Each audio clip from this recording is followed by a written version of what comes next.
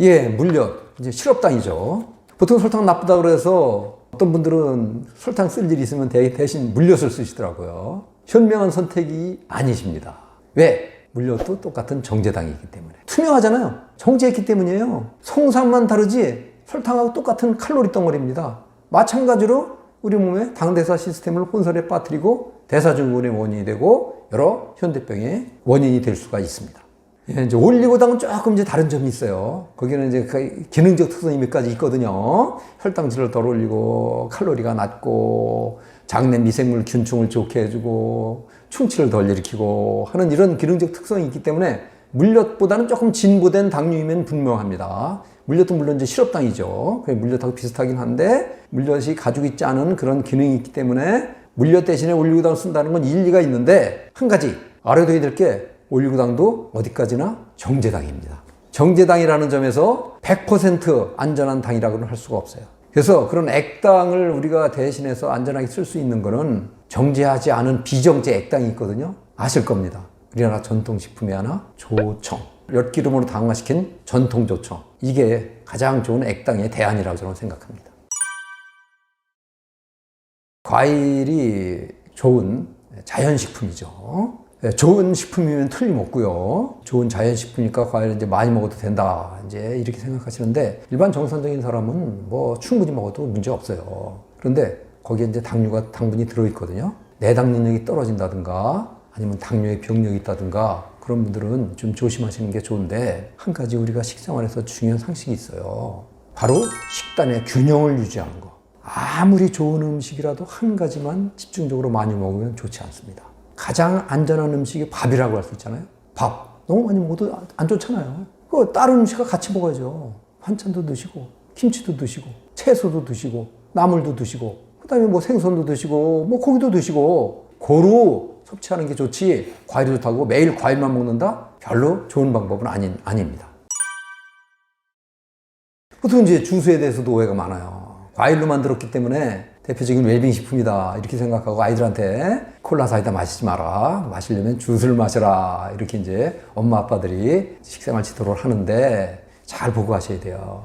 보통 일반 주스, 잘 마시고 있는 주스는 라벨을 잘 보시면은 거의 과즙에 농축과즙을 써요. 농축과즙 생생으로 조금 쓰고 나머지는 식품 첨가물로 진짜 과일로 만든 효과를 내는 거예요. 그래서 어떤 제품을 보면은 청량음료보다 식품 첨가물이 더 많이 들어갑니다. 주스에 무늬만 과일로 만든 주스지 실제로는 해로운 청량음료에 불과해요. 라벨을 꼭 잘 보시고 암만 과일 100이라고 써놔도 소용없어요. 라벨을 잘 보시고 식품 첨가물이 있는지 없는지, 식품 첨가물이 없는 주스라면 괜찮아요. 근데 그게 중요한 게 과즙을 뭐를 썼냐가 중요해요. 농축과즙을 썼으면은 그걸 물로 벗어 희석을 해야 되거든요. 그러니까 과일 맛이 안 나오니까 거기에 첨가물이 들어가는 거예요. 색깔도 잘 안 나오고 그러니까. 근데 농축하지 않은 비농축과즙을 쓴 그런 주스도 있어요. 그거는 그냥 첨가물을 넣을 이유가 없습니다. 그대로 살균만 해서 포장해놓은 거거든요. 이런 비농축 주스는 괜찮아요. 그거는 굉장히 좋습니다. 근데 농축과즙을 써서 첨가물로 맛을 내고 색깔 내고 한 이런 주스들은 청량음료보다 더 나쁘다고 할 수가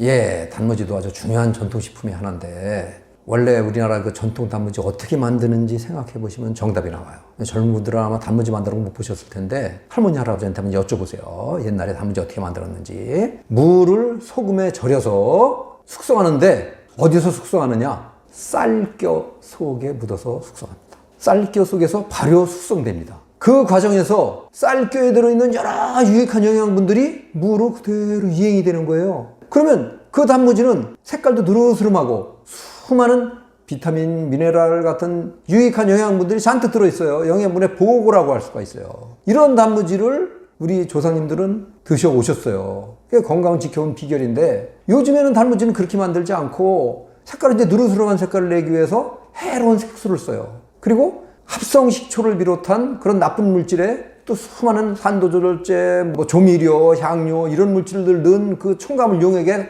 잠깐 담궜다가 꺼내서 바삭바삭한 촉감을 주기 위해서 또 예쁜 노란 색깔만 내기 위해서 그렇게 만든 비정상적인 단무지를 주로 팔고 있고 주로 먹고 있습니다. 아주 색깔이 쎄노랗죠? 그렇게 쎄노란 사실 속에 유해성이 숨어 있는 거예요. 또 바삭바삭하죠? 그게 이제 뭐 인산염 같은 산도절제의 힘이거든요. 그 사실 속에도 역시 유해성이 숨어 있는 겁니다. 이제 우리가 쉽게 구분할 수가 있어요. 아주 센 노랗고 겉부분이 탱탱하고 바삭바삭한 거는 이거 식품 첨가물의 힘이라고 보시면 돼요. 근데 원래 전통 단무지는 겉에가 쭈글쭈글해요. 그리고 바삭바삭하지 않고 조금 쫄깃쫄깃한 식감을 주고 색깔도 누렇긴 한데 그렇게 아주 센 노랗지는 않아요. 그런 단무지가 있습니다. 그걸 선택하시면 되는데 일반 매장에는 아마 없어요. 찾기가 쉽지 않고 친환경 식품 매장에 가셔야 됩니다. 그런데 가시면 거기 단무지는 다 그런 겁니다.